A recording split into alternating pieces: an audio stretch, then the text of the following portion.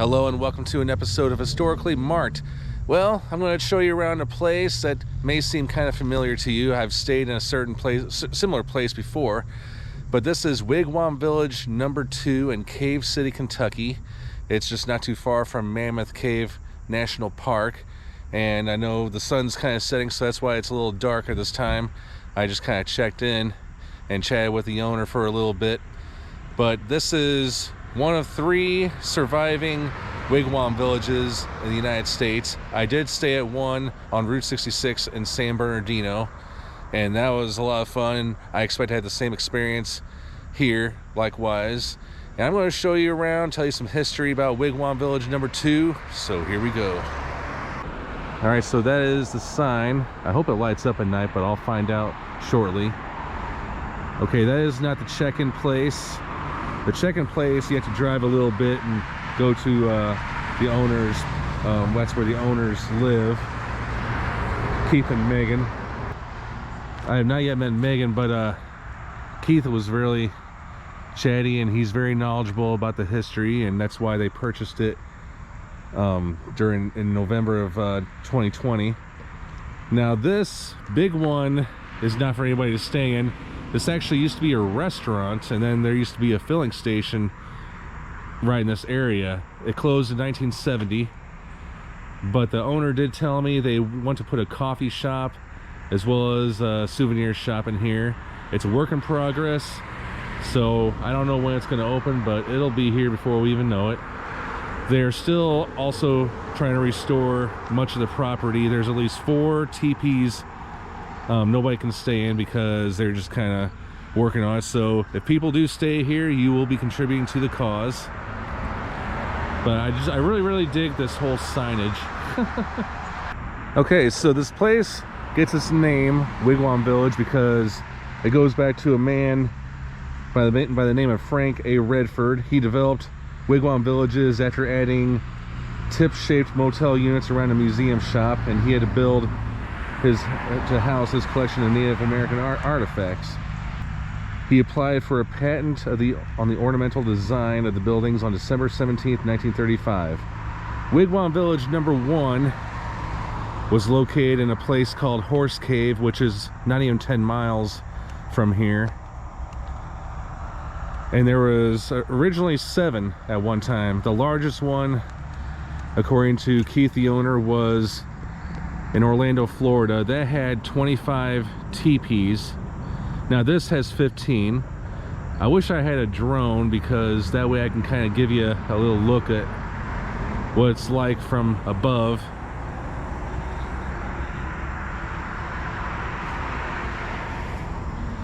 Now, like I said, there are 3 surviving wigwam villages. 2 of them are on Route 66.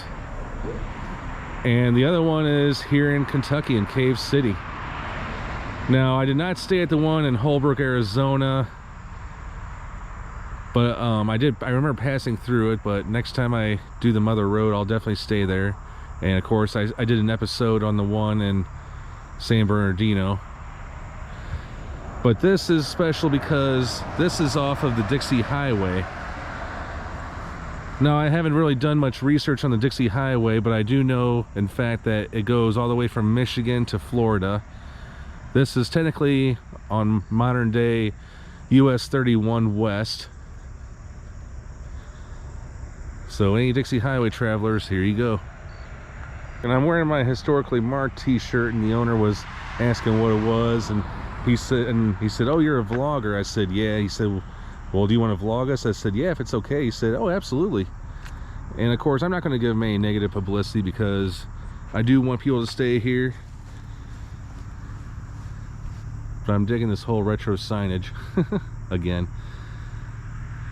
But that's the office you gotta check in, by the way. That is TP 15, 14, 13, 12, 11, so forth. And you can easily park your car next to the teepee, which is very convenient. That's kind of how it was during the modern road trip days back in the 1940s and 50s and 60s. This has been in business all this time since 1937. However, when Keith and Megan bought this place out, the place was not in the bestest shape. You can tell there were a lot of things that needed repairs, and it was the right place, right time. They had to close this place down for several months, but all for the right reasons. But like I said, back in the old days, you know, motels were kind of the big thing before all the chain hotels like excuse me, Holiday Inn, Hilton, and a bunch of others kind of took over. But what really hurt this place back in 1970 was when Interstate 65, which is not even a few miles away that way, that really ate up a lot of business along the Dixie Highway. And yeah, I mean, it's some very similar story to Route 66.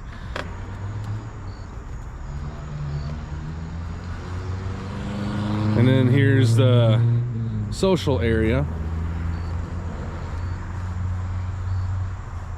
I'm just going to kind of give you a little pan shot. And then right over there is where I'm staying. Let's take a look. All right, so here is number 5. This is what I'll be staying in. Get a good look at this. All right, and here is the entryway, and you're gonna find out the same time I do what it looks like inside. All right, here's my key. All right, let's check it out. Okay, I gotta make sure this place is lit up, but yes, that is where I'll be sleeping. I think this is, oh yeah, okay. Okay, now this place is lit up. You know, it seems a little smaller than what I remember, but hey, I mean, I know it's not the Ritz-Carlton. You can sleep in a wigwam. There's an old photo. Back in the day, 1950s. And then that's the one I'm staying in. 1980s. Got a little desk. And they do have Wi-Fi. I have the password. No, I will not give it to you. But yeah, it does have its modern amenities, and it's got air conditioning. It's even got ice, so yeah, I definitely need some ice for later. But yeah, I mean, it's very cool.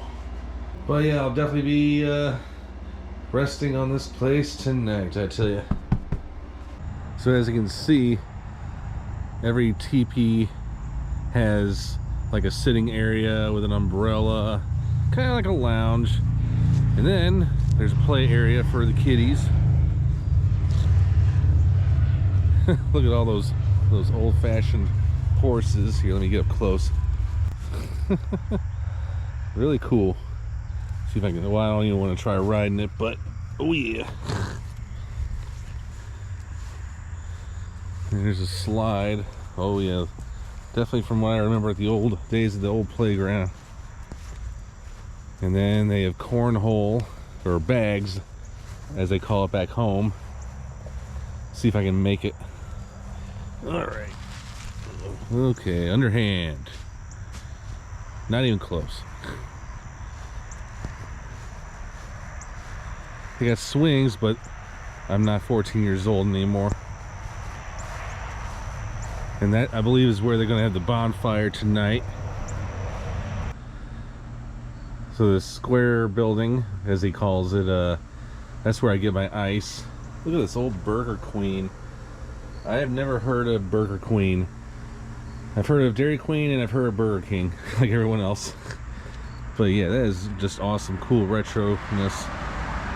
And because of the architecture and design and historicness of this place, this was added to the National Register of Historic Places in 1988.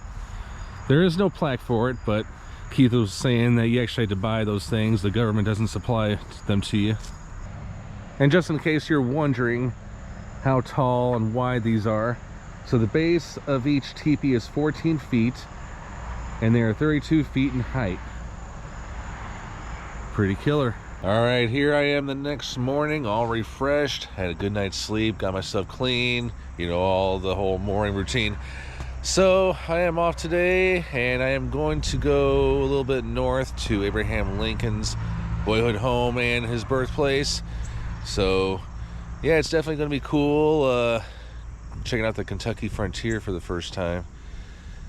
But now I can say I have slept at 2 of the 3 remaining wigwam villages. So I don't know, I hope you guys get a chance to come to at least one of them. And like if you're going to Mammoth Cave, or if you're visiting your kid at college in Bowling Green, definitely, okay, come up the road to Cave City.